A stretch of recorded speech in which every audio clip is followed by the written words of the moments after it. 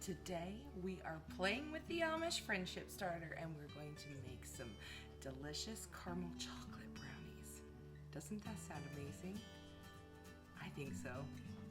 Hi, if you're new here, my name is Angela and I'm the Inquisitive Farmwife. Never really know what I'll get up to.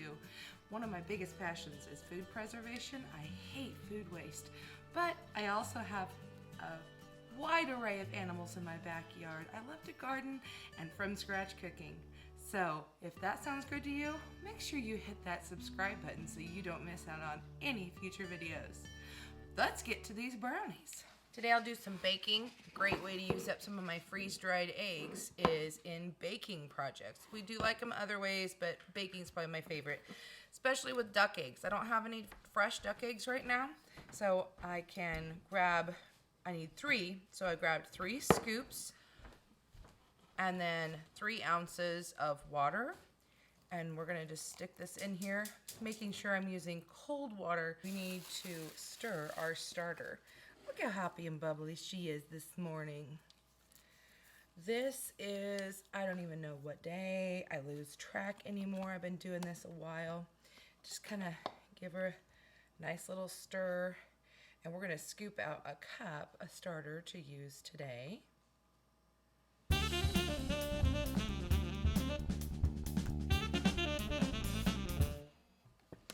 So we'll put her over on the other counter and tuck her away until next time.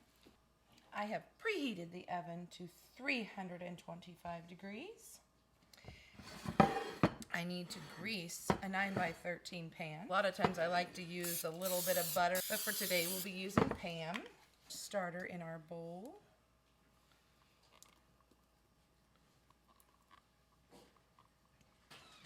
And to that I want to add my eggs.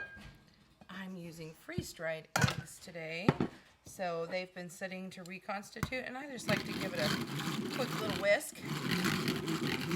So in these go. That's 3 eggs. I will put a link to where I got this recipe down below. A cup of oil.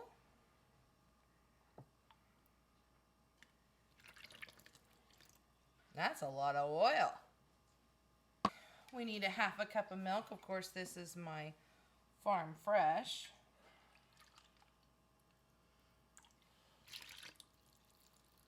They suggest adding a teaspoon of vanilla. Around here, it's a glug. That may have been a tablespoon. Can you really go wrong with adding too much vanilla? You need to add a half a cup of sugar. Bloop. Now normally I would just use my spatula to mix this up, but we already have this dirty. Why not? I like to make sure my oil gets really mixed in.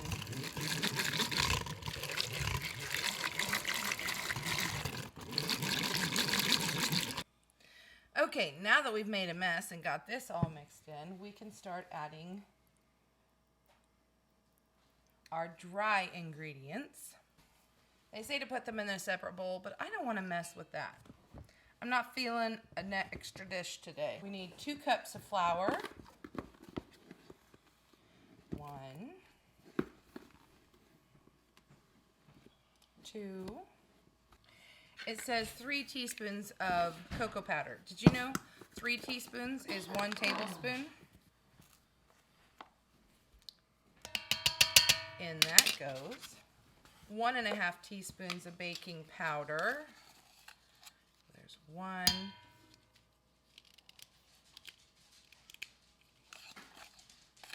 And a half. Just a half a teaspoon of baking soda.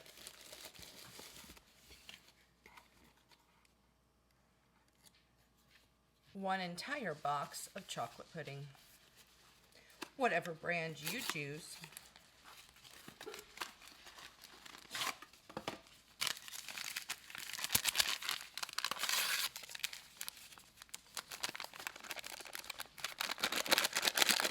Now, I don't want to overmix this part.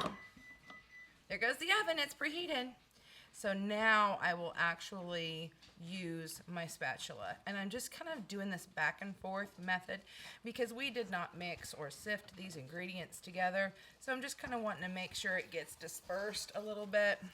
Plus, then when I go to blend this, I can have some of it picked up this moisture. It's okay to have a few lumps.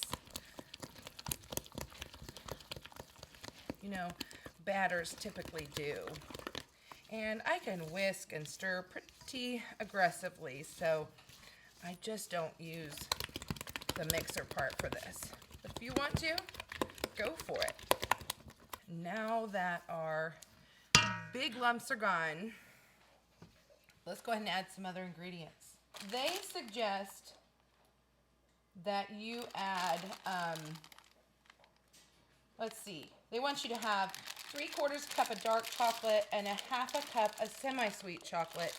But I just didn't want to open 2 bags, and I had this small thing of chocolate chunks. I don't even know if it's semi-sweet or what it is.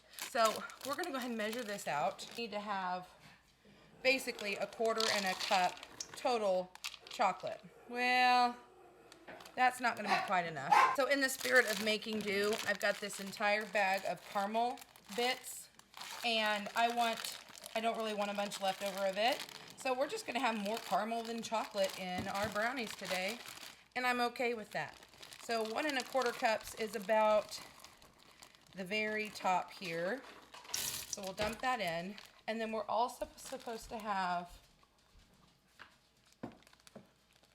a cup of caramel bits in here.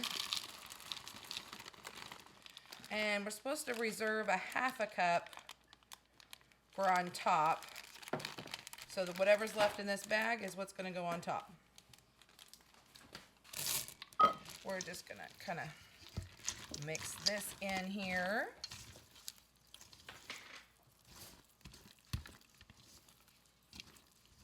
All we do is put it in our pan.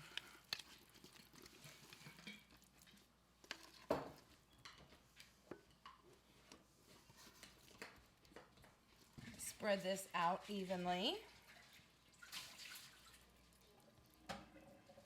And then the rest of these caramel bits, we'll just sprinkle on top.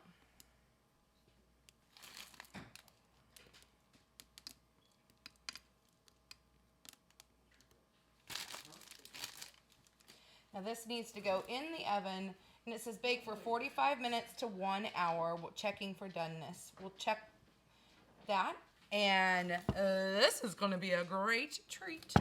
Okay guys, this actually got an extra 1/2 hour. I did 15 minutes one way, flipped it 15 a minute the other way. So originally it was 30, 30, 15, 15. It may or may not show done. It shows done. It definitely did rise up. It's going to be more of a cake-like brownie, I think. But guys, I know how I want to serve this. If when I go to serve this tonight, it seems like it might be a little on the drier side, I can actually put over some caramel sauce and some chocolate syrup. I'm tempted. Should I poke it and put caramel and chocolate? I think I should. So this is gonna have to set and cool. Yum, yum, yum. It'll set and cool, and then if I remember, I'll get a taste test done. If not, thank you all for being here today in the kitchen with me. I've been having such great fun experimenting with the Amish Friendship bread, and just like today, I always put my own spin on it. So until next time, friends, bye for now.